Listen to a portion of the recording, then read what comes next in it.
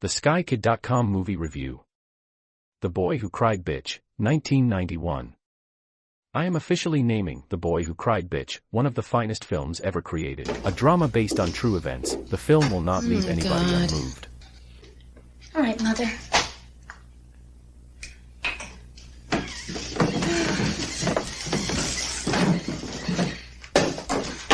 I just finished viewing it and could scarcely articulate what I felt. Indeed, the first scenes are quite misleading, bringing back reminiscences of Michael Cuesta's 12 and Holding. You know, we don't talk anymore, Mother.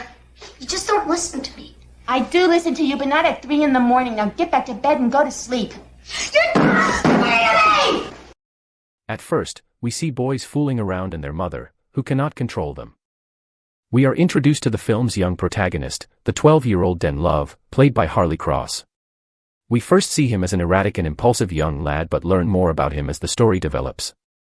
Harley Cross delivers an extraordinarily explosive performance as a confused and psychotic adolescent. It must have been pretty challenging for the young actor to play such a sophisticated character.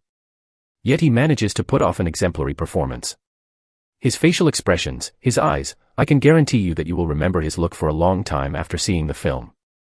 He's all twitches, stutters, glittering eyes, and mood swings, utterly believable as a juvenile schizophrenic, but at the same time imbuing his role with awful inner grief and bewilderment.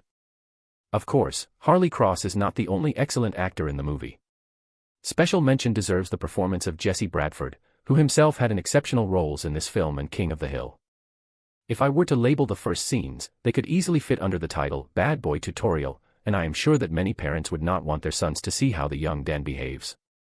It seems that the young boy lacks affection, and his mother fails to recognize his needs, preoccupied with herself.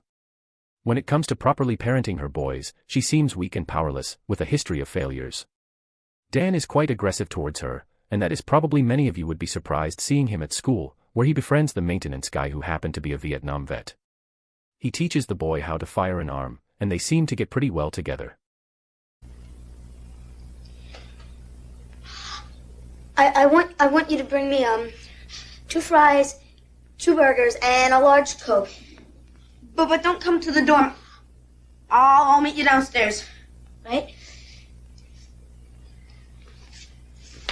For some reason, Dan changes totally when he is around the war veteran. He looks a bit nervous, which I guess is normal since in the absence of his father, he takes the man like a male role model. Their friendship seems odd as Dan orders the man around, asking him to get some food and beverage for him and his brothers. This scene is quite bizarre, even if younger people are often known for such demands. The thing is that the war veteran has some psychological issues himself, and after firing at the girls' dorm with his gun, he gets arrested and taken away. For the boy, this arrest is shocking as he loses his friend and role model. That shock influences the boy's already unstable mentality, and during the night, a boy from his dorm sees the traumatized Dan sitting on the floor, blabbering. Dan is being sent to a hospital, or rather a psychiatric institution, in which the doctors are supposed to help him control his reactions. The doctors also think he suffers from behavioral psychopathy, paranoia, obsession, stereotyped movements, and compulsive and uncontrollable behavior attacks. All right, let's go! Go!